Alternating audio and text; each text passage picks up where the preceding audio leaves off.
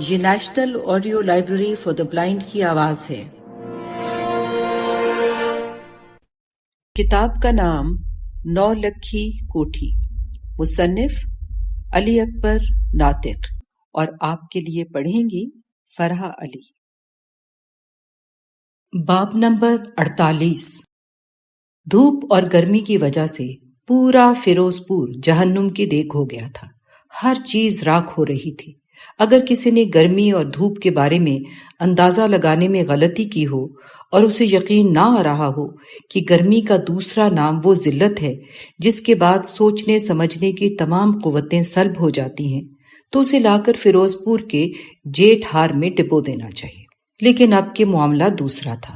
لوگ اس عقل سوز گرمی اور دھوپ کو بھول کر کسی اور دھیان میں لگے ہوئے تھے۔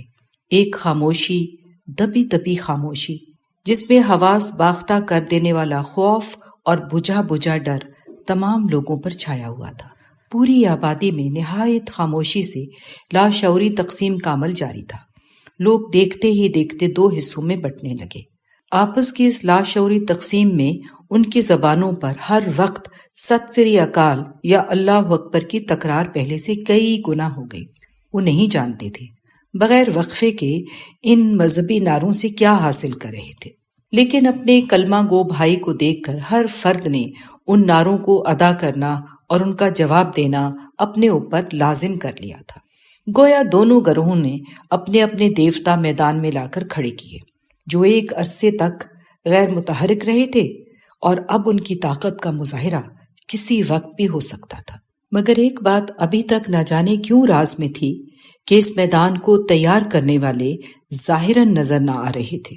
آخر وہ سب سے بڑا دیوتا کہاں تھا جو دونوں بڑی طاقتوں کو خاموشی سے بھڑا دینا چاہتا تھا، لیکن اس کی آگ کو وقت سے پہلے بالکل خاموش رکھ رہا تھا؟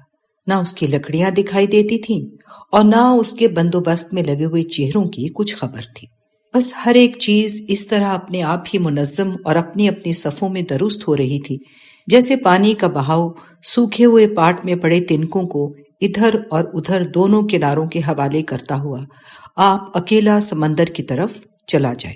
اگرچہ یہ قضیہ سارے ہندوستان میں ایک ہی طرح سے چل رہا تھا، لیکن تحصیل جلال آباد، تحصیل مکثر اور خاص فیروزپور میں معاملات اس طرح پراسرار تھے کہ اس بارے میں کوئی بھی دماغی کوشش کے باوجود ان حالات کا پتہ چلانے میں ناکام تھا۔ ہر شے میں نحوست اور بے وقتی اور بدنیتی یوں دبے قدموں چلی آتی تھی کہ اس کے متعلق کوئی دعویٰ نہیں کر سکتا تھا کہ اس نے بدلتے ہوئے آسمان اور زمین کا مشاہدہ کر لیا ہے۔ ہاں، ایک بات جو سب جانتے تھے اور ہر فرد اس کے بارے میں وثوق سے اپنی آنکھ کا اعتبار پیدا کر سکتا تھا، وہ یہاں کے لوہاروں کی تپتی ہوئی بھٹیاں تھیں، جن میں اتنا ایندھن جھونکا جا چکا تھا کہ اب سرکنڈوں کے تنکوں تک کی نوبت آ گئی تھی۔ لوہاروں کی دکانیں جن کی چھتیں کھپریل، ٹوٹے پھوٹے بانسوں اور سخت جنتر کے سستے آنکڑوں سے بنی تھی، بھٹی سے اٹھنے والے دھوئیں اور آگ کی لپکوں نے جو ان کی واحد خوراک تھی، پورے علاقوں کو جلا دینے کا ارادہ کر لیا تھا۔ یہی وہ جگہیں تھی جن کا مالک کوئی سکھ لوہار تھا اور کوئی مسلمان، مگر لوہے کو سرخ کرنے کی مہارت دونوں میں ایک ہی جیسی تھی۔ دونوں کے پاس آرہن، چھینی، ہتھوڑا اور چمٹا بھی ایک ہی طرح سے کام کرتا تھا۔ لوہے پر ان دونوں کی ضربوں کی دھمک بھی ایک ہی جیسی پڑتی تھی، حتیٰ کہ دونوں کے لوہا کوٹتے ہوئے بغلوں کا پسینہ اور پسینے کی بدبو سے ایک ہی طرح کی کراہت پیدا ہوتی تھی۔ اس کے باوجود دونوں میں ایک ایسا ناقابل بیان فرق موجود تھا جس کی وضاحت وہ خود بھی نہیں کر سکتے تھے۔ اس فرق سے وہ اتنے وفادار تھے جیسے اس کے ساتھ زندگی کا لمس بندھا ہوتا ہے۔ ان لوہاروں کو کئی دنوں سے تلواریں، چھوئیاں، برچیاں اور سنگینے بنانے سے ایک لمحے کی بھی فرصت نہیں ملی تھی، اور بھٹیوں کی چھتیں جن پر پہلے ہی دھوپ، گرمی، دھوئیں اور اڑتے ہوئے بگولوں سے گرد اور مٹی کی دبیز تہیں چڑھی ہوئی تھیں، آگ کے تپاؤ میں کٹھالی کی طرح پک کر سیاہ ہو چکی تھیں۔ یہ اچانک نہیں ہوا تھا، نہ یہ سب تیاری 7 سمندر پار ان سفید لوگوں کے لیے تھی جنہوں نے لال قلعہ سے لے کر جلیاں والا باغ تک دونوں جگہ اپنے نقشے درست کیے تھے۔ نہ ان لوگوں کے لیے جو دیسی ہونے کے باوجود ان کے درمیان نہ تھے، نہ ان کی طرح کھاتے پیتے تھے اور نہ ہی ان کی طرح بولتے تھے۔ یہ سب کچھ وہ اپنے لیے ہی کر رہے تھے، بلکہ یہ بھی وثوق سے نہیں کہا جا سکتا تھا کہ یہ تیاری تھی بھی کہ نہیں۔ ہاں، کچھ ہی دنوں بعد اتنی سمجھ اور آنے لگی کہ یہ خاموش نحوست اس وقت شروع ہوئی جب کسی نے اسی ملک میں ایک مزید ملک بنانے کا نعرہ لگایا تھا۔ یہ ملک کیا تھا، کہاں بننا تھا اور اس میں کن لوگوں نے رہنا تھا، یہ ابھی طے نہیں ہوا تھا، مگر یہ طے تھا کہ اس کی بنیادوں میں گاڑھے اور پتلے سبھی قسم کے خون کا گارا اور کٹے ہوئے سروں کی اینٹیں استعمال ہونا تھی، جس میں تیز دھار لوہے کا بہت زیادہ کام تھا۔ اور یہ بھی طے تھا کہ جس کے پاس جتنا زیادہ اور جتنا تیز لوہا ہوگا وہی اپنی عمارت بلند تعمیر کرے گا۔ اس میں ست سری اکال اور اللہ اکبر کو بھی کردار ادا کرنا تھا، لیکن ان کا عمل دخل صرف لوہے کے استعمال کے وقت تھا۔ 6-7 مہینے تک تو یہی حالت رہی، لیکن اب کچھ دنوں سے اس منحوس اور اکتا دینے والی خاموشی کا سکوت ٹوٹنے لگا تھا۔ سان پر چڑھی ہوئی برچیاں ڈانگوں پر چڑھنے لگی، ان کہی ٹولیاں ترتیب پانے لگی اور ان سنی کہانیاں سنی جانے لگی۔ پرامن گاؤں میں راتوں کو پہرے جمنے لگے، جوانوں نے مونچھوں کو تاؤ دینے شروع کر دیے، لیکن کیوں، یہ ابھی بھی کسی کو پتا نہیں تھا۔ بس کہانیاں تھیں کہ فلاں سکھڑے نے فلاں مسلے کو برچھی مار دی، یا فلاں مسلے نے فلاں سکھ کو تلوار سے کاٹ کر اس کی انتڑیاں نکال دی، لیکن یہ سب دیکھا کسی نے نہیں تھا، سن ضرور رہے تھے۔ یہ کہاں ہو رہا تھا یہ بھی کسی کو معلوم نہیں تھا۔ ہاں، اتنا اور ہوا، چودھریوں نے اپنے مزارے بدل لیے اور مزاروں نے چودھری، مسلمان مسلمانوں کے ہاں چلے گئے اور سکھ سکھوں کے ہاں۔ پرانے محلے داروں نے اپنے محلے اور گلیاں تک بدل لی، گھروں کے پرسکون آنگنوں میں سونے والے کوٹھوں پر جا چڑھے اور ساری رات جا کر پہرے داریوں میں لگ گئے۔ ڈھاریوں میں مال کی رکھوالی کرنے والے مال مویشی ہی گاؤں لے آئے۔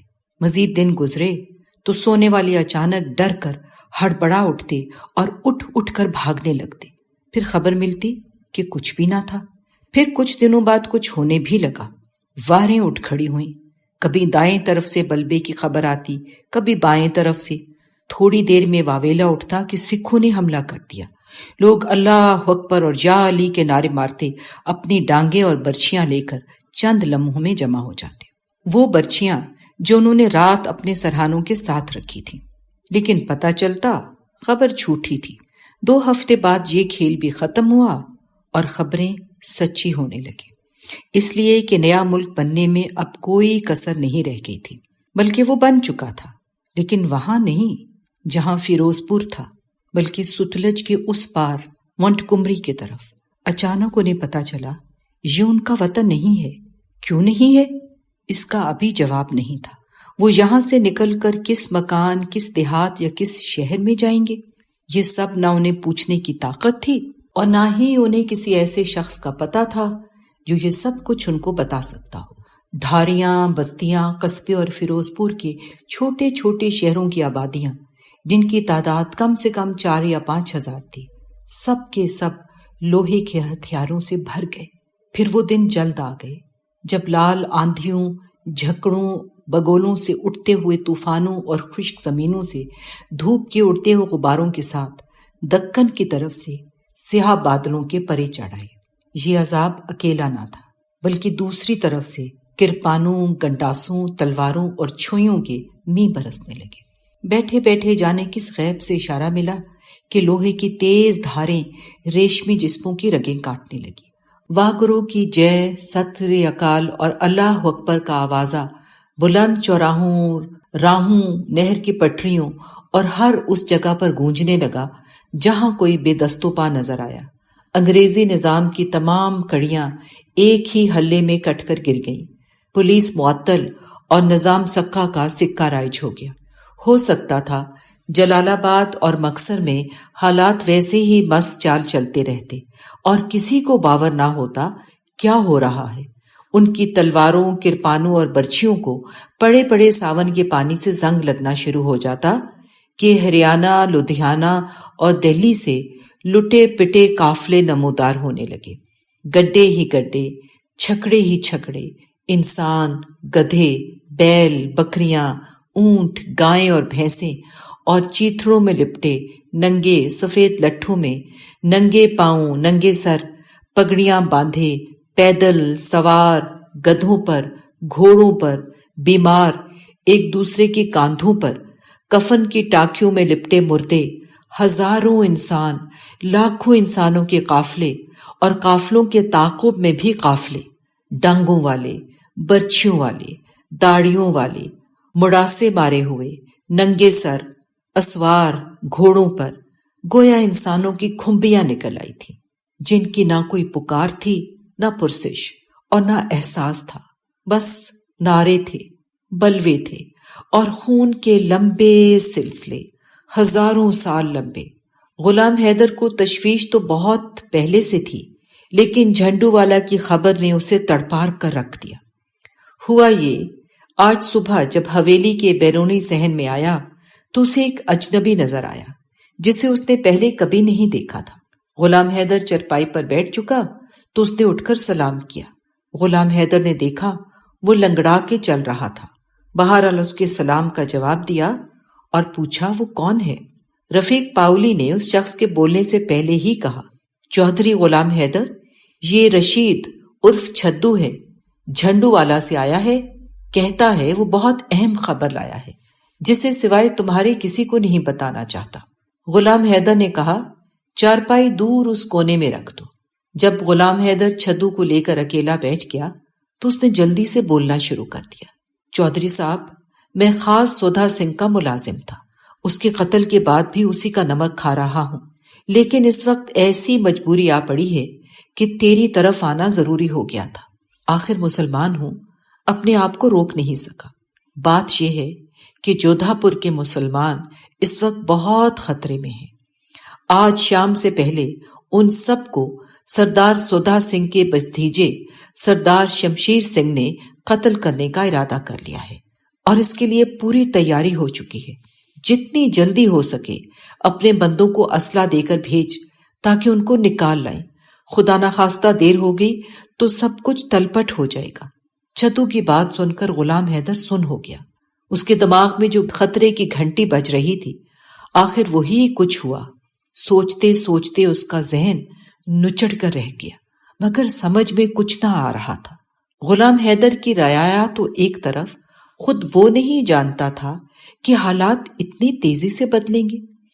پورے علاقے میں جہاں اس کی چند ہی دن پہلے ہیبت تھی اور اس کا نام سن کر سکھوں کو پسینے چھوٹ جاتے تھے، وہیں ہر شے اس کے اثر سے اچانک اس طرح نکل گئی جیسے وہ بھی پیدا ہی نہ ہوا ہو۔ کہاں تو 1 سال پہلے آدھے فیروز پور میں اس نے الیکشن میں وہ کردار ادا کیا تھا جس کی توقع نواب افتخار بھی نہیں کر رہا تھا۔ کانگریس اور یونینسٹ کو ووٹ ہی پڑنے نہیں دیے۔ اب اسے اپنے اور اپنے بندوں کی جان و مال کے بھی لالے پڑ گئے تھے۔ آخر اس نے ایک فیصلہ کر لیا، پھر مطمئن ہو کر وہیں آ گیا جہاں بہت سے آدمی جمع تھے۔ بادل اتنے کالے اور گہرے تھے کہ ان کے نہ برسنے کا سوال ہی پیدا نہیں ہوتا تھا۔ ہوا بالکل بند تھی، جس کی وجہ سے ہب صبح کے وقت ہی اتنا بڑھ گیا تھا کہ محسوس ہونے لگا ابھی بارش ہو جائے گی۔ یہ بارش ہو جاتی تو ساون کی پہلی بارش تھی۔ دن کافی چڑھ آیا تھا۔ غلام حیدر کے بندے حقہ پینے میں مصروف تھے۔ اسے پاس آتے دیکھ کر سب اٹھنے لگے تو غلام حیدر نے اشارے سے سب کو بیٹھ جانے کے لیے کہا۔ پھر رفیق پاؤلی سے مخاطب ہوا، چاچا رفیق، جلدی سے ہمارے تمام بندوں کو جمع کرو اور جو باہر نکلے ہوئے ہیں ان کو بھی بلا لو۔ رفیق پاؤلی نے غلام حیدر کو اتنا گھبرائے ہوئے دیکھا تو وہ خود بھی پریشان ہو گیا۔ بولا، غلام حیدر خیر ہے؟ اتنی پریشانی کس لیے ہے؟ آدمی تو سارے ہی ادھر ہیں۔ ہاں، خیر ہی ہے، غلام حیدر نے تحمل سے جواب دیتے ہوئے کہا۔ تم سب میری ایک بات غور سے سن لو، اب کوئی بندہ میرے پوچھے بغیر کہیں نہیں جائے گا۔ ایک بات طے ہے کہ فساد ہونے والا ہے، اتنا بڑا فساد جس کے آگے چراغ دین اور سودھا سنگھ کے قتل کی کچھ حیثیت نہیں۔ سب کچھ تلپٹ ہونے والا ہے۔ اس فساد میں کون کہاں جائے گا اس کی کسی کو خبر نہیں، اس لیے کوشش کرو ایک دوسرے سے الگ نہ ہو۔ کچھ دن پہلے میں نے جو محسوس کیا تھا اس کے پیش نظر اسلحہ تو ضرورت سے زیادہ جمع کر لیا تھا، لیکن اب سکھوں کے حوصلے بہت بڑھ گئے ہیں، اس لیے مزید بندوبست کرنے کی ضرورت ہے۔ مجھے لگ رہا ہے جتنا کچھ احتیاطاً کیا تھا وہ اس بند کے آگے تنکوں کا گھونسلہ ہے۔ یہ بھی اچھی طرح سے جان لو کہ اب ہمیں بھی ستلج پار چلنا ہوگا۔ اور یہ گھر؟ جانی جھیپا بولا، یہ گھر؟ زندگی رہی تو واپس آ جائیں گے، غلام حیدر نے جانی کی بات کاٹتے ہوئے کہا، لیکن اس وقت یہ حالات نہیں کہ ہاتھ پر ہاتھ دھرے ہم لٹتے ہوئوں کا تماشا دیکھتے رہیں، پھر خود بھی زنخوں کے ہاتھوں مر جائیں۔ میں نے 10 دن پہلے فرید کوٹ کے نواب صاحب سے 10 رائفلیں اور گولیاں منگوا لی تھی، انہیں ملا کر اب ہمارے پاس 14 رائفلیں اور 400 کارتوس موجود ہیں۔ اس کے علاوہ میری پکی رائفل بھی ہے جس کی میرے پاس 50 گولیاں باقی ہیں۔ چاچا رفیق، سب بندوں سے کہہ دو جن کے پاس کچھ نہیں ہے وہ کچھ نہ کچھ ضرور اپنے بغل میں دبا لیں۔ ہماری عورتوں کے پاس بھی چھری کانٹا موجود ہونا چاہیے۔ یہ بات کہہ کر غلام حیدر کچھ دیر کے لیے چپ ہو گیا، جیسے کچھ سوچ رہا ہو۔ پھر رفیق پاولی سے کہا، چاچا رفیق، تم ایسا کرو، جانی اور الطاف کو لے کر 20 مزید بندوں کے ساتھ بما اسلحہ جودھا پور چلے جاؤ اور جودھا پور والوں کو اپنی نگرانی میں جلال آباد لے آؤ۔ اس وقت وہ سب سے زیادہ خطرے میں ہیں۔ 2 بندے شاہ پور بھیج کر ان کو خبر کر دو کہ جتنی جلدی ہو سکے اپنا سامان باندھ کر بنگلہ فاضلکا کی طرف روانہ ہو جائیں اور وہیں بیٹھ کر ہمارا انتظار کریں۔ جب تک ہم نہ آ جائیں آگے نہیں بڑھنا، وہاں سے اکٹھے ہیڈ پار کریں گے۔ یہ کام جلدی کرو، دیر اب نقصان کی طرف لے جائے گی۔ یہ حکم دے کر غلام حیدر جلدی سے واپس اندرونی صحن کی طرف چلا گیا۔ ادھر رفیق پاولی نے ہوا کی تیزی سے اس کی بات پر عمل شروع کر دیا۔ امیر سبحانی اور شیدے کو شاہپور کی طرف بھیج کر آپ 10 بجے سے پہلے ہی جودھا پور روانہ ہو گیا۔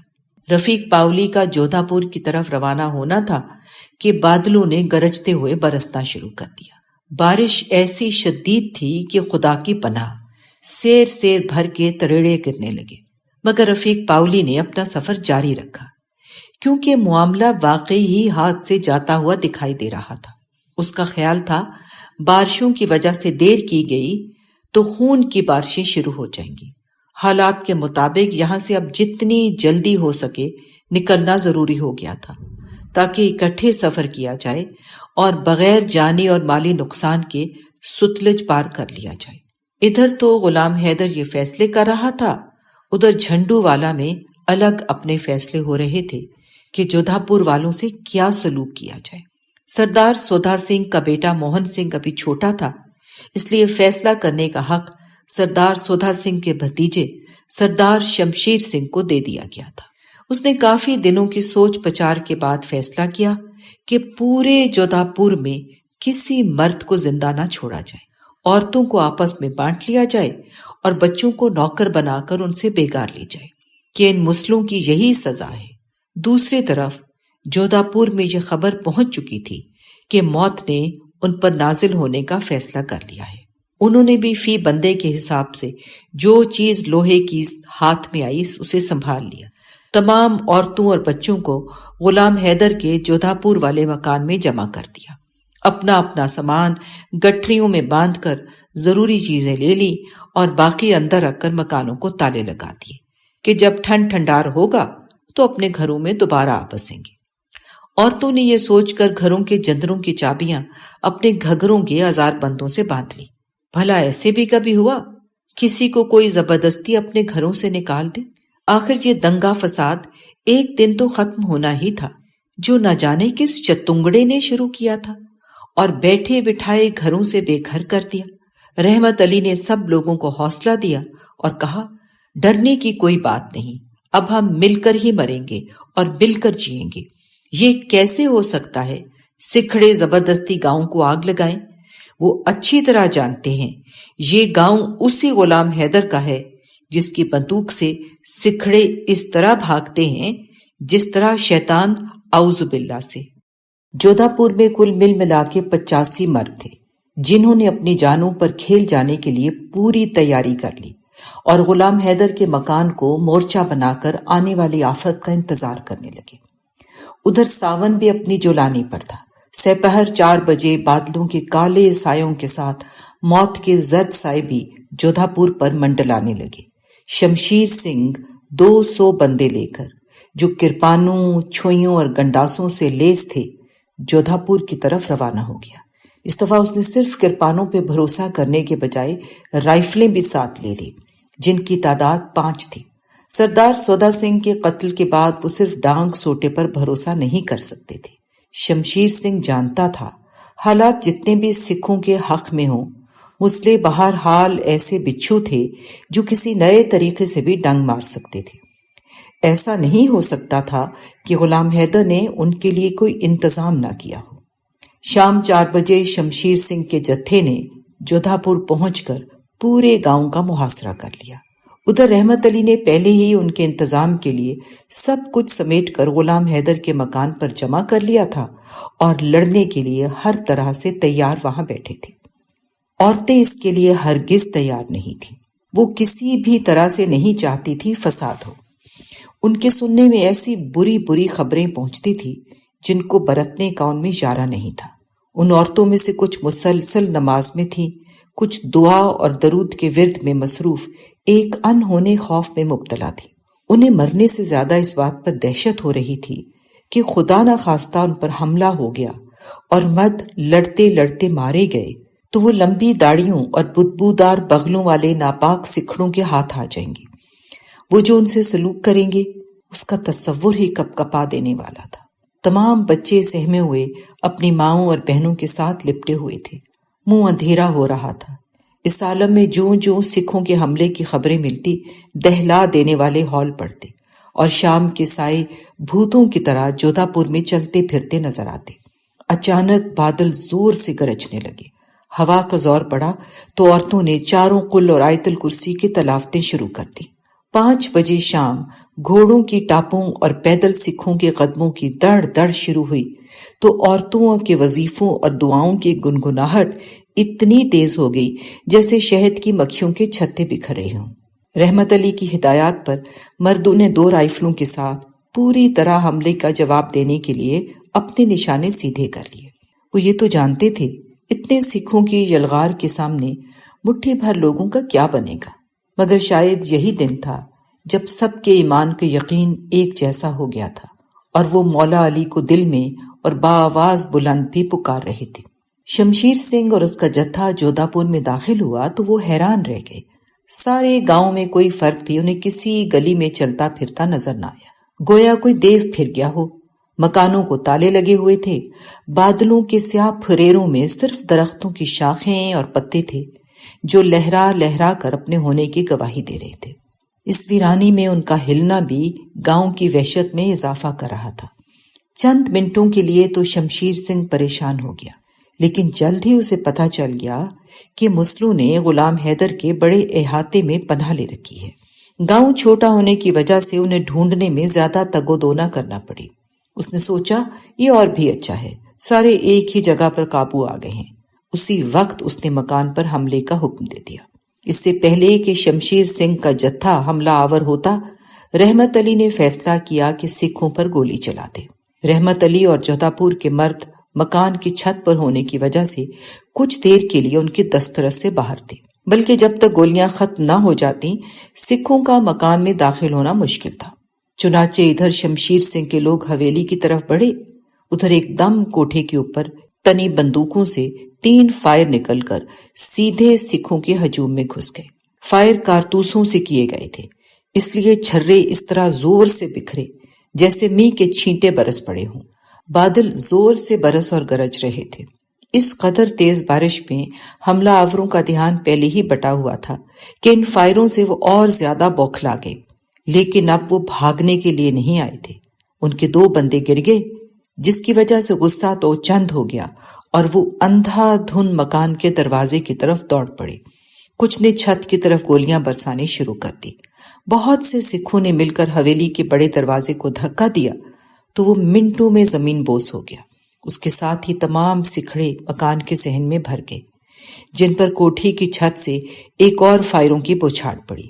اس بوچھاڑ سے کئی سکھ مزید زخمی ہو کر گر پڑے، لیکن وہ مسلسل واہ گرو اور ست سری اکال کے نعرے لگاتے ہوئے اور تلواریں برچیاں لہراتے ہوئے آگے ہی چلے آ رہے تھے اور کوٹھے پر بھی فائر کرتے جاتے۔ اس فائرنگ میں حمیدہ کھمبو، دلاور عرف دلہ اور شرفو اللہ کو پیارے ہو گئے، لیکن سوائے اس کے کوئی راستہ نہیں تھا کہ لڑ مرے۔ چنانچہ وہ بھی چھت پر بیٹھے فائر پر فائر کرنے لگے۔ اس مسلسل فائرنگ اور بارش کی وجہ سے شمشیر سنگھ کا جتھا کچھ دیر کے لیے کمروں کے دروازوں کی طرف بڑھنے سے رک گیا، جہاں عورتیں چھریاں اور دانت تھامے اور خالی ہاتھ بچے ماؤں کے پہلو سے چمٹے سہمے ہوئے بیٹھے تھے۔ باہر کے شور شرابے اور مار دھاڑ میں ڈر اتنا غالب آ گیا کہ کچھ عورتیں دعاؤں کو چھوڑ کر رونا شروع ہو گئی۔ باہر کے پٹاخوں اور نعروں کی اونچی آوازوں سے گھبرا کر بچے مسلسل رو رہے تھے۔ رحمت علی نے محسوس کیا کہ سکھ کچھ ہی دیر میں کمروں کے دروازے توڑ کر اندر داخل ہو جائیں گے اور سب کچھ برباد ہو جائے گا۔ تو اس نے جن لوگوں کے پاس رائفلیں تھیں انہیں کہا کہ وہ چھت پر ہی رہیں اور سکھوں پر اس وقت تک فائر کرتے جائیں جب تک کارتوس موجود ہیں یا جب تک ہم زندہ ہیں، باقی سب چھلانگے مار کر دالان میں جمع سکھوں پر حملہ کر دو۔ ویسے بھی کئی سکھ صحن میں کھڑے ہوئے نیم کے بڑے درخت پر چڑھ چکے تھے، جس کی شاخیں مکانوں کی چھتوں سے بھی بلند تھی۔ یہ سکھ یہاں سے چڑھ کر کوٹھوں پر بیٹھے لوگوں پر فائرنگ کرنے لگے، جس کی وجہ سے بندوں کا نقصان بڑھ گیا۔ ان حالات کے پیش نظر آمنے سامنے سے بھی فائرنگ شروع ہو گئی۔ رحمت علی کی بات سن کر سب نے آؤ دیکھا نہ تاؤ نیچے چھلانگے مار دی۔ پھر دیکھتے ہی دیکھتے دو بدو لڑائی شروع ہو گئی۔ چھوئیاں، ڈانگیں، کرپانے اور برچیاں اس طرح برسنے لگیں جیسے ساون کی بارش برس رہی تھی، اور پانی کے ساتھ خون کے پرنالے بھی بہنا شروع ہو گئے۔ سکھ تعداد میں بہت زیادہ تھے، اس لیے نقصان مسلمانوں کا زیادہ ہو رہا تھا، لیکن ایسا بھی نہیں کہ سکھ مکمل طور پر محفوظ تھے۔ اگر 2 بندے مسلمانوں کے گرتے تو ایک سکھوں کا بھی گر جاتا۔ کچھ ہی دیر میں لڑائی نے اتنی شدت اختیار کر لی کہ کسی کو کسی کا ہوش نہ تھا۔ بس غلام حیدر کے مکان کا 3 کنال کھلا صحن تھا، بارش کا شور تھا، خون اور پانی کے ترڑے تھے، یا پھر یا علی مدد اور واہ گرو کے نعروں کی گونج تھی، جن میں بچوں اور عورتوں کے رونے کی آواز دب کر رہ گئی تھی۔ جودھا پور والے اس بے جگری سے لڑ رہے تھے کہ شمشیر سنگھ حیران رہ گیا۔ مکان چاروں طرف سے گھرا ہوا تھا۔ مرنے والے اور لڑنے والوں کے پاس اب نہ تو قائد اعظم تھا، نہ نواب افتخار، اور نہ ہی گاندھی اور نہرو موجود تھے۔ وہ سب لیڈر اپنے گھروں میں محفوظ اس بات سے بے خبر تھے کہ ہندوستان کے صوبے پنجاب کے ضلع فیروز پور کی تحصیل جلال آباد کے تھانے مکسر کے ایک گاؤں جودھا پور میں اس وقت خون اور پانی کی جنگ ہو رہی ہے۔ انہیں نہیں پتا تھا کہ اس کے نتیجے میں جو مارے جا رہے ہیں ان کا مقدمہ کس عدالت میں چلایا جا سکتا ہے، یا اگر وہ جانور ہیں اور ان کا خون بہا نہیں تو یہ انہیں پہلے کیوں نہ بتایا گیا۔ جہاں تک یاد پڑتا ہے ان کے کانوں نے تو کسی آزادی وغیرہ کا نام سنا تھا، ان بڑے لیڈروں نے تو جودھا پور، شاہ پور اور جھنڈو والا کے نام بھی نہیں سنے تھے، جو ہوائی جہازوں کے ذریعے سرحدیں پار کر رہے تھے، بما، ساز و سامان اور اہل و عیال۔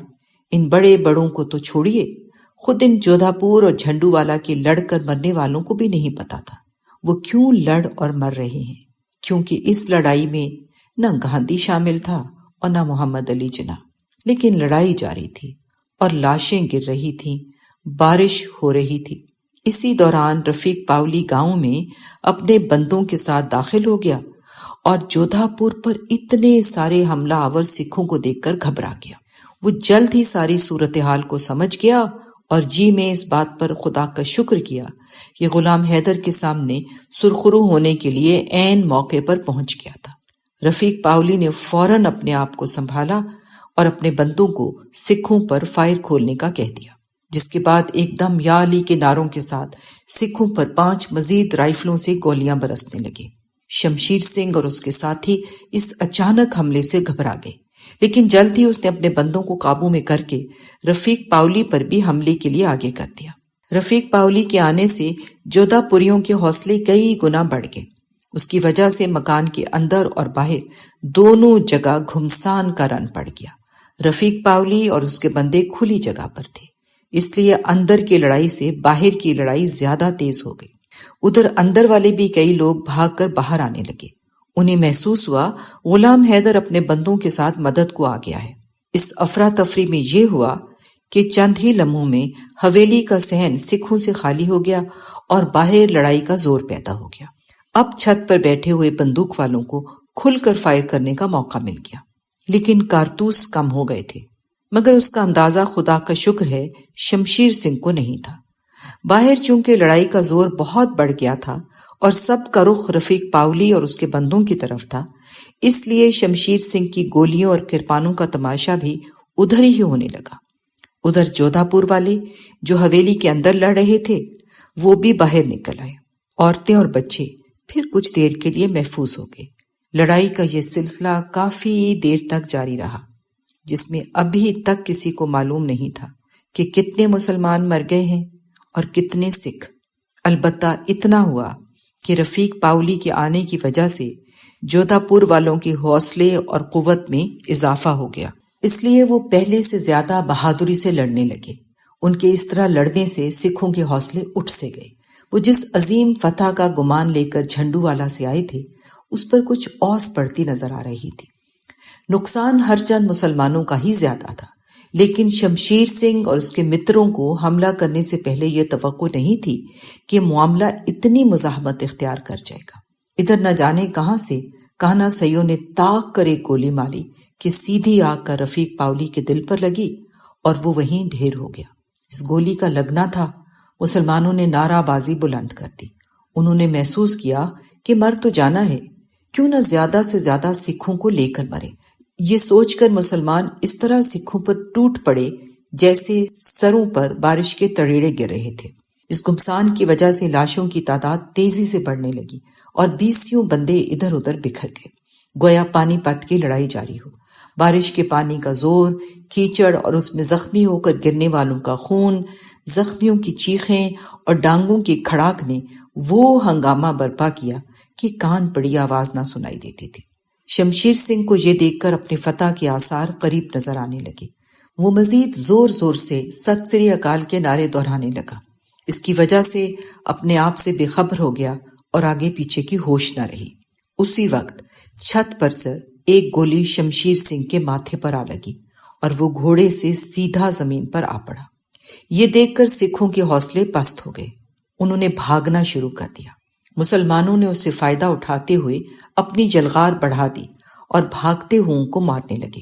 یہی وہ وقت تھا جب سکھوں نے جیتی ہوئی لڑائی کو شکست سمجھ لیا۔ پھر دیکھتے ہی دیکھتے پورا گاؤں ان سے خالی ہو گیا۔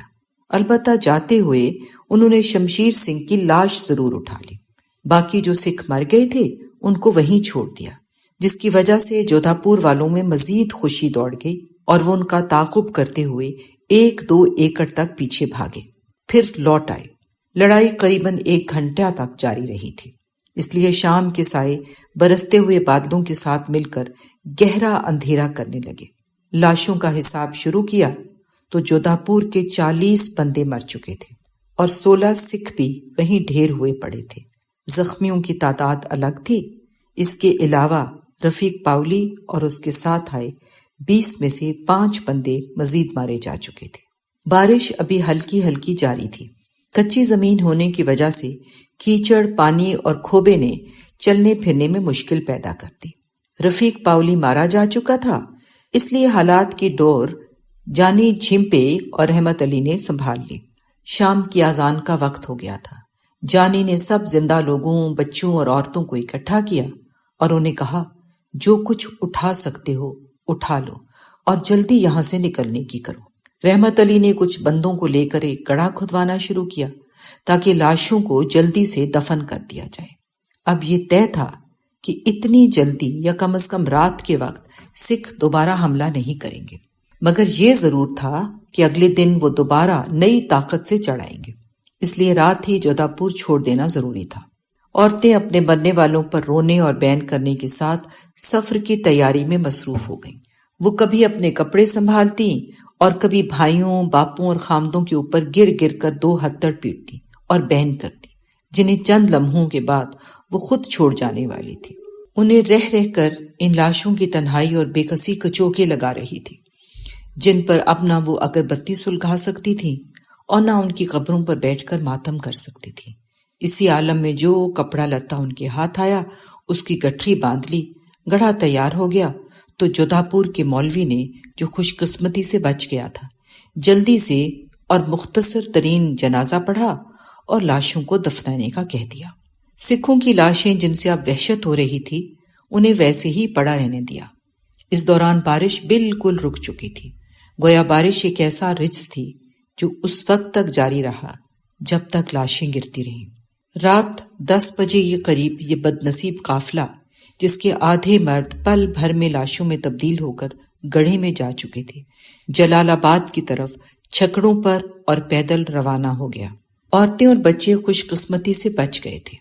قافلے کے ساتھ رفیق پاولی، حمیدہ کھمبو سمیت 5 لاشیں، 8 زخمی، بین کرتی ہوئی عورتیں اور روتے ہوئے بچے تھے، جو رات کے اندھیرے میں اپنے گھروں کو چھوڑتے ہوئے ان پر حسرت بھری نظر بھی نہ مار سکے اور اپنے گھروں کی دہلیزوں کو ڈر کے مارے پلٹ کر دیکھ بھی نہ سکے۔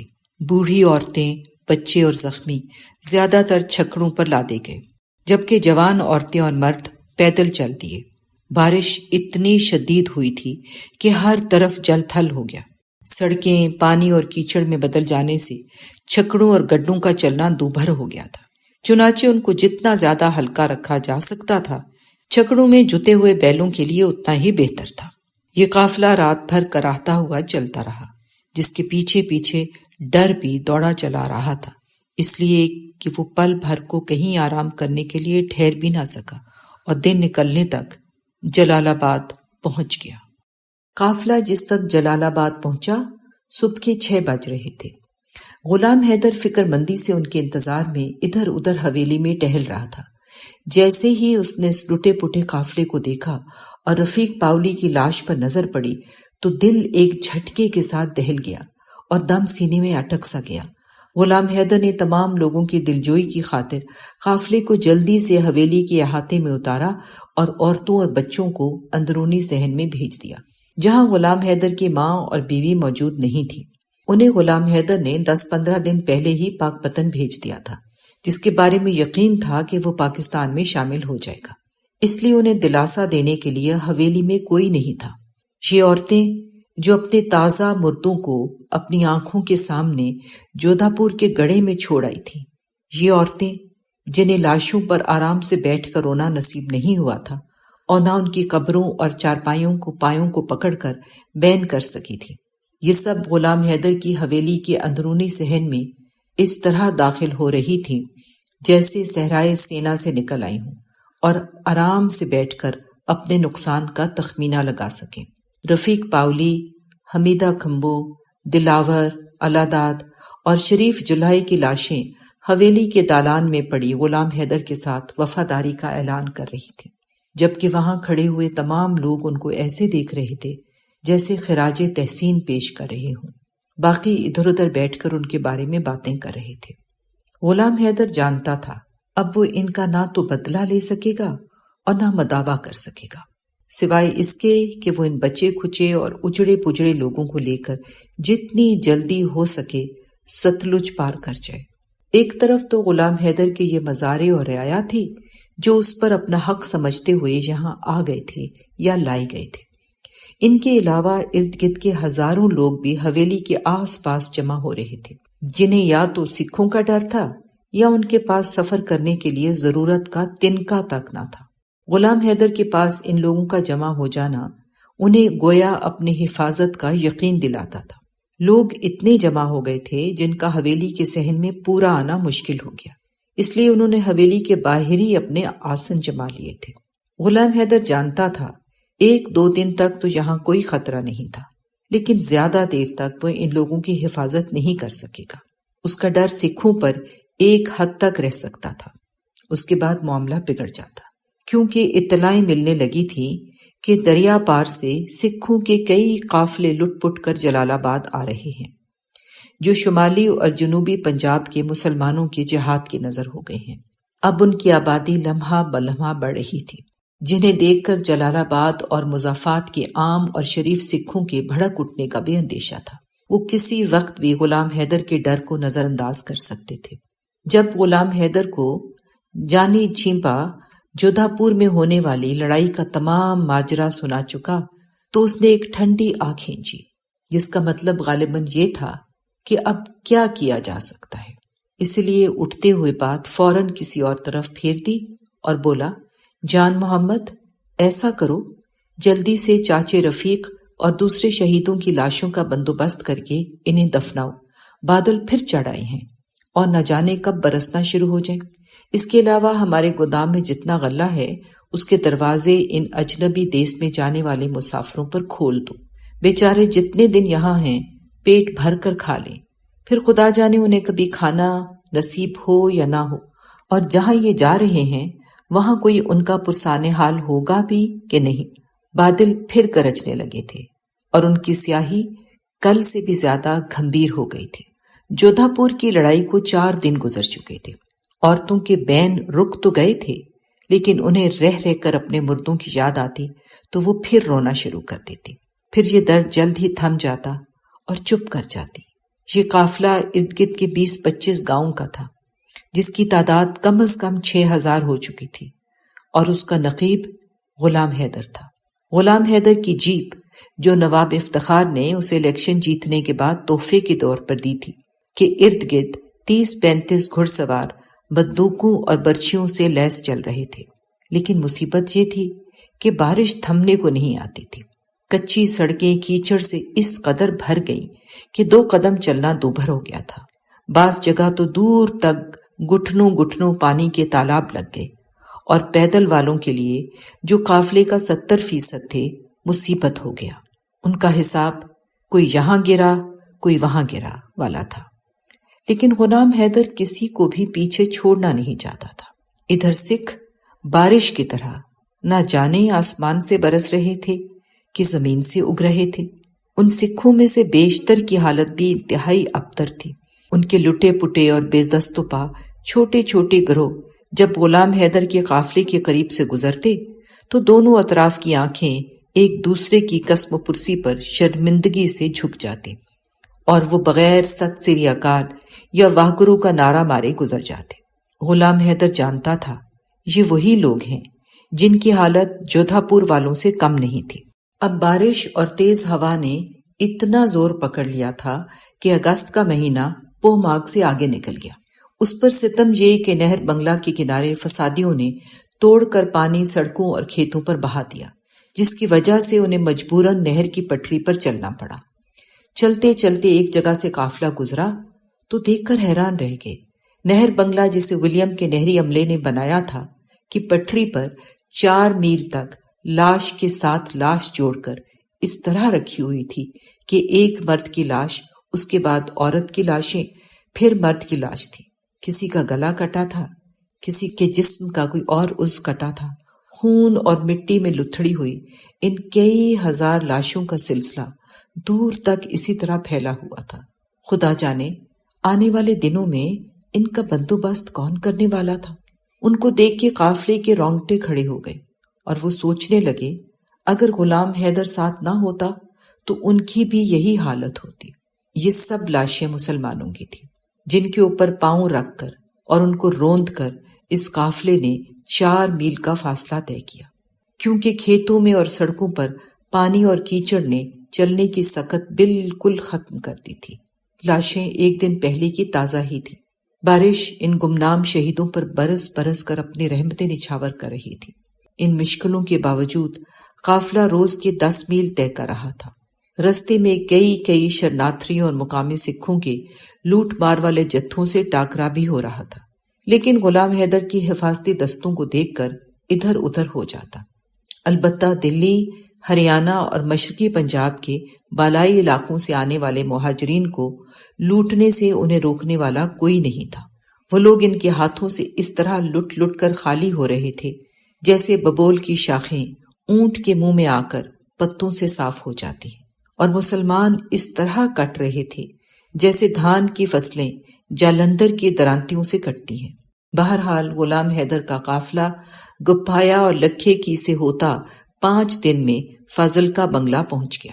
قافلہ ہیڈ سلیمان کی کے بجائے لکھے کی سے ہی دریا پار کر کے وسطی پنجاب میں داخل ہو سکتا تھا، لیکن مانسون کی بارشوں کی وجہ سے جو پچھلے کئی دن سے ایک پل سکون نہیں لینے دے رہی تھی، دریا کا پاٹ بڑھ کر 1 میل ہو گیا تھا اور گہرائی بھی معمول سے کئی گنا بڑھ گئی تھی۔ بہت سے لوگوں نے، چاہے وہ سکھوں میں سے تھے یا مسلمانوں میں، براہ راست دریا کو پار کرنے کی کوشش بھی کی، لیکن ان کی لاشیں ہی کناروں پر آئیں اور کئیوں کی تو لاشیں بھی نہیں ملی، اس لیے ادھر کا راستہ مکمل بند ہو چکا تھا اور سلیمان کی ہیڈ سے پار کرنا ناگزیر تھا۔ بنگلہ میں 1 رات گزارنے کے بعد جہاں شاہ پور والے ان کا انتظار کر رہے تھے، سب مل کر ہیڈ سلیمان کی کو روانہ ہو گئے اور شام کے وقت ہیڈ پر پہنچ گئے۔ سلیمان کی ہیڈ پہنچ کر غلام حیدر حیران رہ گیا۔ دور تک لوگ ہی لوگ تھے، جدھر نظر جاتی سر ہی سر نظر آ رہے تھے۔ غلام حیدر اتنے سارے لوگوں کو ہیڈ کے مضافات میں بیٹھے دیکھ کر پریشان ہو گیا اور یہاں پر رکے رہنے کا سبب معلوم کرنے لگا۔ کافی دیر تحقیق کرنے کے بعد اس پر جلد ہی کھل گیا کہ معاملہ کیا ہے۔ کئی لوگ 15 دن سے بیٹھے تھے، ان میں سے وہ بھی تھے جن پر رات کے وقت لوٹ مار کرنے والے کئی بار شب خون مار چکے تھے، قتل کر چکے تھے، اسباب لوٹ کر لے جا چکے تھے اور عورتوں تک کو اٹھا کر لے گئے تھے۔ بلکہ ایسے بھی تھے جو 150-200 میل سے بالکل ما اسباب سلامت آ گئے تھے، مگر یہاں پر ان کو لوٹ لیا گیا تھا۔ اس کا سبب گورکھا فوج تھی جو ہیڈ پر دونوں طرف کے لوگوں کو عبور کرانے پر متعین تھی۔ وہ مسلمانوں کے ساتھ انتہائی بے رحمی کا سلوک کرتے ہوئے ان کو پچھلے 15-20 دنوں سے ہیڈ پر ہی روکے بیٹھی تھی، جبکہ ہندوؤں اور سکھوں کو برابر ہیڈ کراس کرا رہی تھی۔ اس کی کچھ وجہ تو یہ تھی کہ ہیڈ کا پل نہایت تنگ اور کافی لمبا تھا اور اس کے دونوں سروں پر لاکھوں لوگ گزرنے کے لیے بیٹھے تھے، جن کے پاس مال مویشی، گڈے، چھکڑے اور دوسرا بے بہا مال اسباب بھی تھا، جبکہ وقت بہت کم تھا، لیکن زیادہ دخل بدنیتی کا تھا۔ گورکھا فورس پاکستان مخالف تھے، اس لیے ان کا مسلمانوں کے ساتھ متعصب ہو جانا فطری تھا۔ چنانچہ وہ مسلمانوں کو مسلسل روکے کھڑی تھی اور دوسری طرف سے اپنے ہم مذہبوں کو بارڈر عبور کرا رہی تھی۔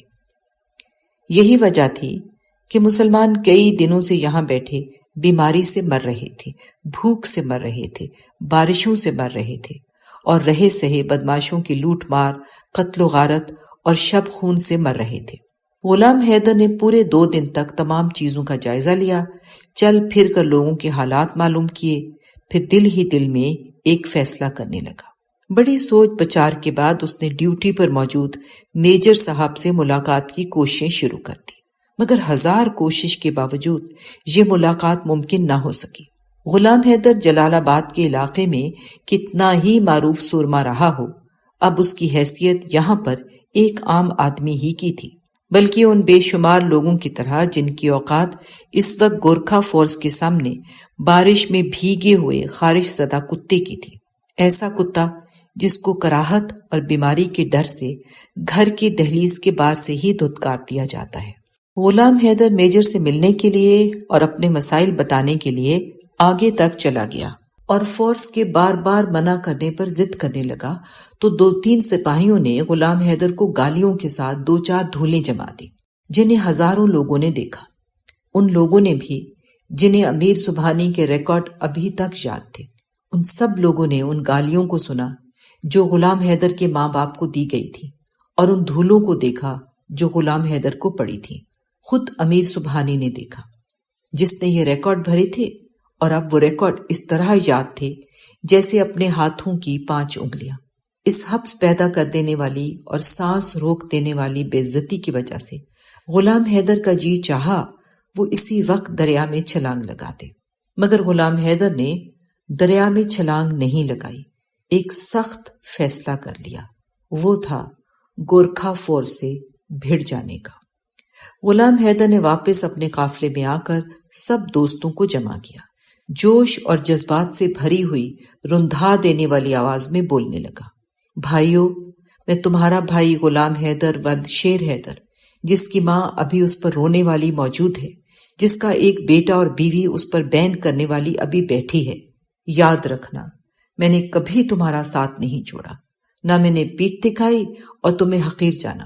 میں نہ تو قائد اعظم ہوں جو اس وقت دلی میں بیٹھا ہے، اور نہ نواب افتخار جو لاہور نواب ولاز میں ہے۔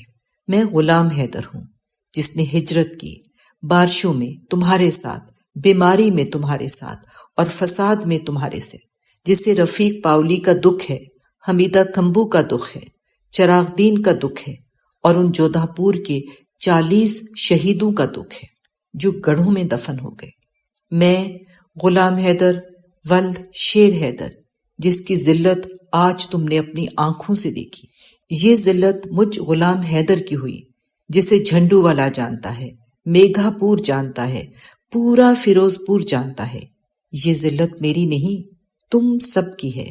میں نہیں چاہتا لوگ مجھ پر ہنسیں اور مزے لے کر میری رسوائی کی کہانیاں اپنی اولادوں کو سنائیں۔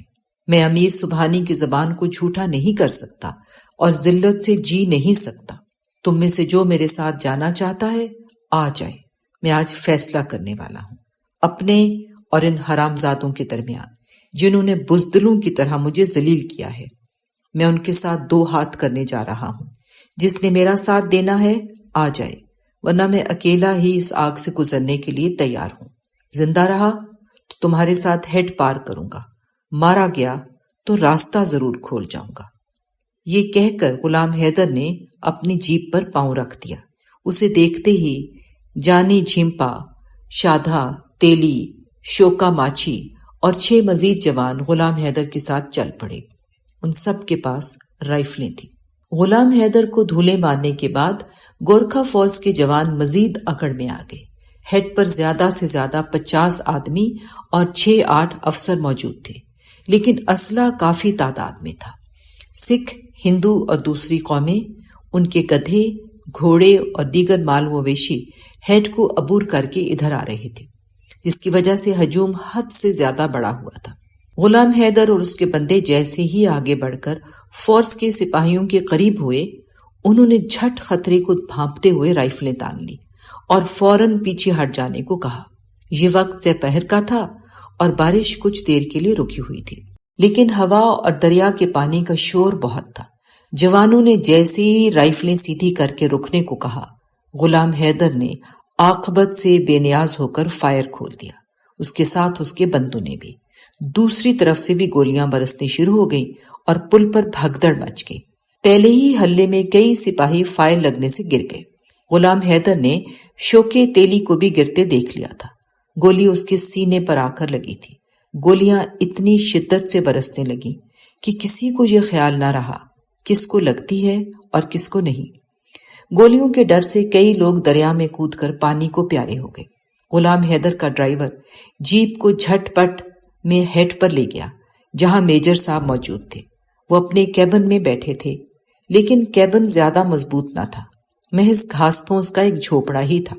گولیاں اب نہایت نزدیک سے اور دو بدو چل رہی تھی، جن کے تڑاکوں میں اتنی شدت آ گئی کہ دور دور تک مجمع چھٹ گئے اور پل چند ہی لمحوں میں اس طرح صاف ہو گیا جیسے جھاڑو پھر گیا ہو۔ ایک کنارے سے دوسرے کنارے تک کوئی فرد نظر نہ آتا تھا۔ دھکم پیل میں زیادہ تعداد تو دریا میں ہی جا پڑی تھی، جس کی گہرائی کم از کم اس پل پر 100 فٹ تھی۔ غلام حیدر عین پل کے اوپر پہنچ چکا تھا اور مسلسل گولیاں چلا رہا تھا۔ میجر صاحب کے کیبن کو گولیوں کے دھماکوں سے آگ لگ کر گھاس پھوس کو اس طرح جلا رہی تھی جیسے چتا سے الاؤ اٹھ رہے ہوں۔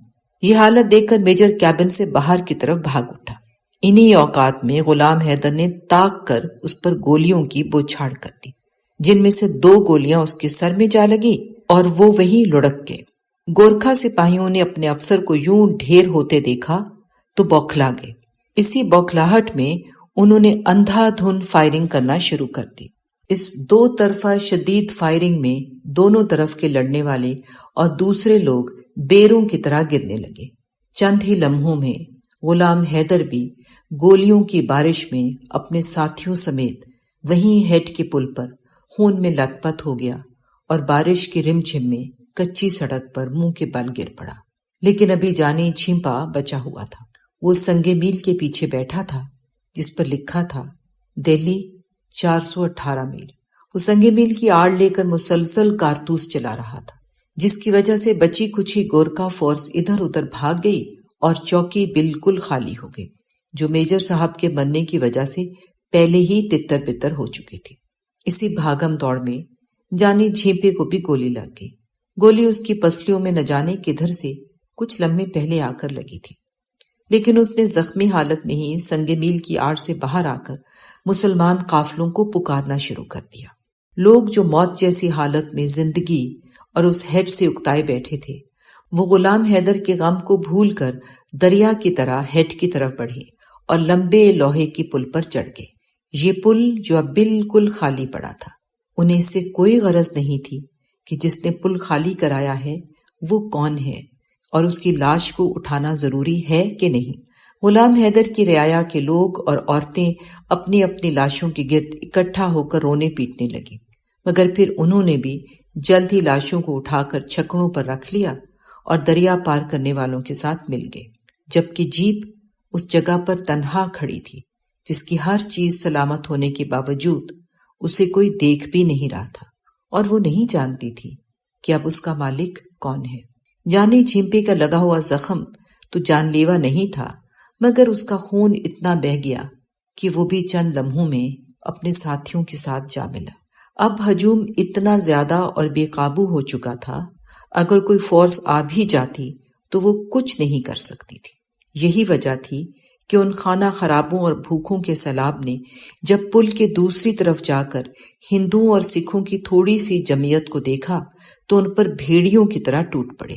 پھر تو نہ کسی کی ہدایت انہیں بچا سکی اور نہ قرآن و رسول کے واعظ کسی کام آئے۔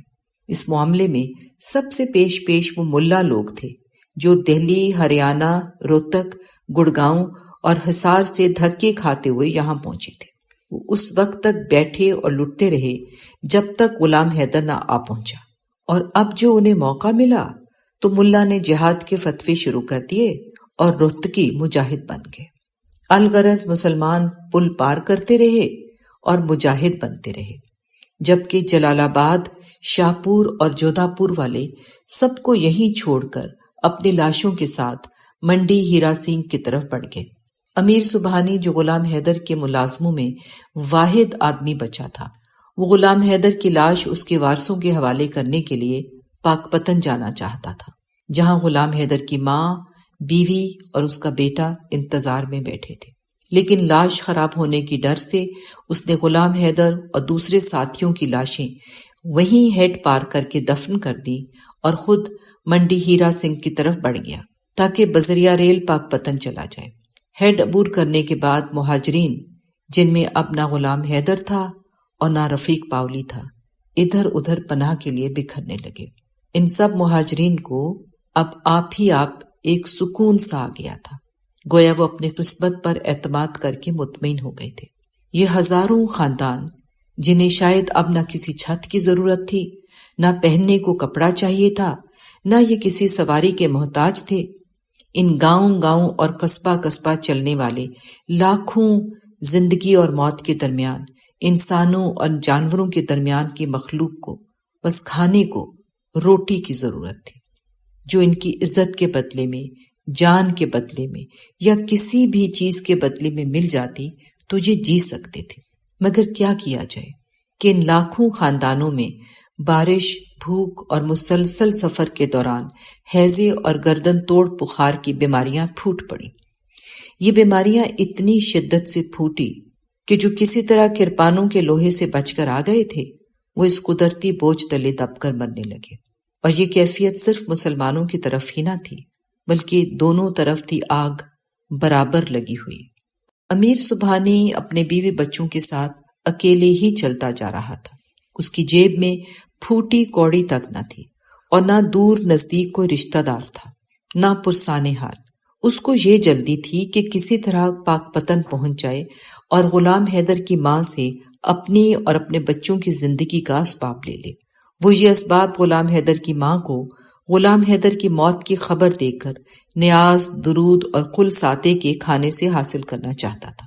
غلام حیدر کی شہادت کی خبر سن کر اس کی ماں اور بیوی بچوں کو جو صدمہ پہنچنا تھا اس کا اندازہ بھی اس کو تھا، لیکن اسے یہ بات بھی پوری طرح عیاں تھی کہ غلام حیدر کے ایصال ثواب کی نیازیں شروع ہوں گی تو کم از کم 1.25 مہینے تک جاری رہیں گے۔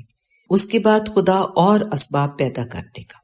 اس کے علاوہ امیر سبحانی نہ کسی پٹواری کو جانتا تھا اور نہ اس کا ربط ضبط کسی تحصیلدار یا قانون گو کے ساتھ تھا جو اس کو مہاجر تسلیم کر کے اس کے نام 4 ایکڑ زمین ہی لگا دے۔ اسے تو یہ تک خبر نہیں تھی کہ جس غیر ملک میں وہ آیا ہے اس میں اس طرح کے محکمے بھی موجود ہیں۔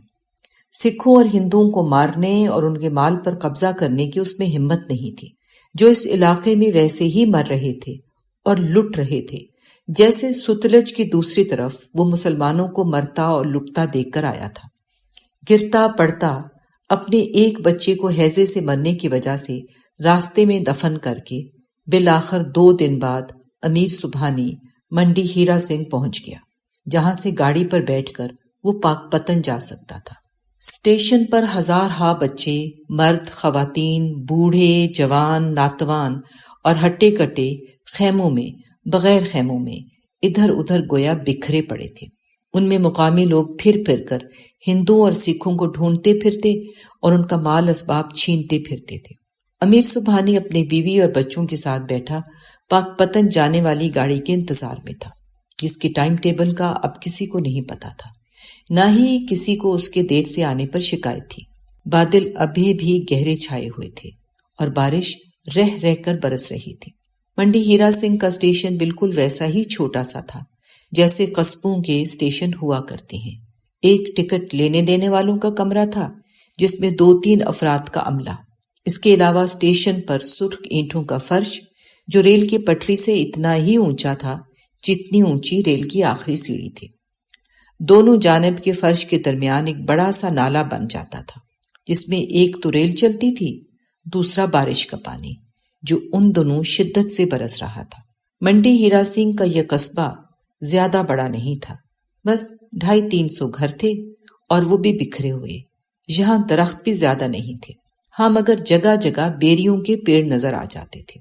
الغرض منڈی ہیرا سنگھ ایک پرسکون جگہ تھی، لیکن جب سے تقسیم اور فسادات کا عمل شروع ہوا تو یہاں مشرقی اور وسطی پنجاب کے ہزاروں خاندانوں کا جھمکٹا سا ہو گیا تھا، ادھر سے ادھر آنے والوں کا اور ادھر سے ادھر جانے والوں کا۔ امیر سبحانی صبح 10 بجے کے قریب پہنچا تھا۔ اب اسے یہاں بیٹھے بیٹھے شام ہو گئی تھی۔ وہ دل ہی دل میں سوچنے لگا، کاش وہ ہیڈ سے سیدھا پاک پتن ہی کا رخ کر لیتا تو کل تک پہنچ ہی جاتا۔ اب نہ جانے کب گاڑی آئے اور وہ اس جگہ کے عذاب سے نکلے۔ پچھلے کئی گھنٹوں سے اسٹیشن پر ایک گاڑی براستہ قصور فیروز پور جانے والی کھڑی تھی، جو نہ جانے کیوں اتنی دیر سے وہاں موجود تھی۔ یہ ساری کی ساری گاڑی ہندوؤں اور سکھوں سے بھری ہوئی تھی، نہ صرف اندر سے پر تھی بلکہ اس کی چھت پر بھی کھچا کھچ انسان تھے۔ عصر کے وقت امیر سبحانی نے اچانک ایک آدمی کو دیکھا جو اردو اور عجیب و غریب لہجے میں اسٹیشن پر کھڑے ہو کر مسلمان مہاجروں اور مقامیوں کے ساتھ کچھ خطاب کر رہا تھا۔ امیر سبحانی کو یاد آیا جب وہ غلام حیدر کے ساتھ نواب افتخار ممدوٹ کے لیے ووٹ مانگنے نکلا تھا تو وہ بھی اس طرح کے خطاب کرتے تھے، لیکن وہ تو پنجابی زبان میں صاف سمجھ آنے والا خطاب ہوتا تھا، اور یہ تو کوئی اور فوجیوں والے لہجے کا تھا۔ وہ ان سب لوگوں کو کہہ رہا تھا، بھائیو، میرا نام محمد زمان خان ہے، ہم دہلی سے نکلے تھے تو 70 افراد کا قبیلہ تھے، لیکن ہمارا سارا خاندان ان کافروں اور مشرکوں نے راستے میں ہی مار دیا اور سارا سامان لوٹ لیا۔ اب میں ان 70 افراد میں اکیلا بچا ہوں۔ میری مائیں، بہنیں اور بچے انہوں نے یا تو مار دیے ہیں یا اپنے گھروں میں لے گئے ہیں۔ مسلمانوں، یہ مجھ اکیلے کے ساتھ نہیں ہوا، ہندوستان سے ہر آنے والے کی یہی کہانی ہے۔ یہ کہہ کر زمان خان رونے لگا، لیکن اس گریہ ازاری کے درمیان بھی اس نے اپنی کہانی اسی دردناک لہجے میں جاری رکھی جسے سن کر تمام مجمع بھی رونے لگا۔ ان سننے والوں میں سے بعض کی آنکھیں سرخ ہو گئیں، چھاتیوں کے بال اکڑ گئے اور گنڈاسوں اور تلواروں پر ہاتھ سخت ہو گئے۔ زمان خان نے مجمع کی یہ حالت دیکھی تو سرخ لوہے پر ایک اور ضرب لگائی. بھائیو، ان بے غیرتوں نے جو ہمارے ساتھ کیا وہ تو الگ بات ہے، لیکن مجھے ایک اور اندیشہ ہے کہ یہ لوگ جو اس گاڑی میں بیٹھے ہندوستان جا رہے ہیں اور تم انہیں دمادوں کی طرح بڑی عزت سے وہاں بھیج رہے ہو، یہ جاتے ہی ان شرناتھریوں کے ساتھ مل جائیں گے اور تمہارے دوسرے مسلمان بھائیوں کا صفایا کر دیں گے. زمان کی آواز اتنی پر اثر، مدلل اور رندھا دینے والی تھی کہ تمام لوگوں کو غضب آ گیا. کیا مہاجر اور کیا مقامی، سب ایک دم اس ریل پر گرچوں کی طرح جھپٹ پڑے. امیر سبحانی کے دیکھتے ہی دیکھتے لوگوں نے گاڑی پر ہلہ بول دیا. ان سب نے زمان خان کی ہدایات پر پہلے تمام ریل کے دروازے بند کر دیے اور چھتوں پر بیٹھے ہوئے لوگوں کو نیچے اتار کر ان سب کو نیزوں اور تلواروں کی لڑی میں پڑوایا. اس کے بعد لوگ ریل کا ایک دروازہ کھول لیتے، اس میں موجود تمام سواریوں کو تہ تیغ کرتے، پھر اگلے ڈبے کو کھول لیتے. اس قتل و غارت میں ریل کی پٹری کا نالا خون سے بہنے لگا اور دیکھتے ہی دیکھتے ماؤں کی گود میں موجود بچوں سے لے کر بڑوں تک سب 1 گھنٹے کے اندر تلواروں کا رزق ہو گئے. اس عرصے میں سب لوگ اس قدر سہم گئے کہ کسی بچے تک کے رونے کی خبر نہیں آئی. اپنے پرائے سب قاتلوں کے سامنے بلی بن گئے. امیر سبحانی چپ بیٹھا یہ تمام منظر دیکھتا رہا. اس کی ہمت نہ پڑی وہ کسی کو روک لیتا. ابھی غارت گری رکی ہی تھی کہ جانے کہاں سے میونسپل کمیٹی کے ٹرک آ گئے. انہوں نے چند ساعتوں میں وہ لاشیں اٹھا کر پتہ نہیں کہاں لے جا پھینکی، البتہ اسٹیشن سے اٹھا کر لے گئے. اس کے بعد خدا کی قدرت، پھر وہی بارش شروع ہو گئی جس نے اسٹیشن کو دھو کر ایسے صاف کر دیا جیسے یہاں کچھ ہوا ہی نہیں. گویا قدرت بھی ان سب کے ساتھ ساتھ اپنا فرض ادا کر رہی تھی. رات امیر سبحانی نے وہیں گزاری اور اگلے دن حویلی لکھا روانہ ہو گیا. یہاں سے اس نے ارادہ کیا کہ پیدل ہی پاک پتن چلا جائے. معزز سامعین، جو ریکارڈنگ آپ نے ابھی سماعت فرمائی اسے national audio library for the blind کی جانب سے پیش کیا گیا ہے. ہمارے یوٹیوب چینل کو لائک، سبسکرائب اور شیئر ضرور کیجیے. اپنی قیمتی تجاویز اور آراء کے اظہار کے لیے ہمارے کمنٹ سیکشن کا استعمال کیجیے. اگر آپ بھی رضاکارانہ طور پر ہمارے اس مشن کا حصہ بننا چاہیں تو ڈسکرپشن میں دیے گئے لنک کے ذریعے ہمارے واٹس ایپ گروپ کو جوائن کیجیے. شکریہ.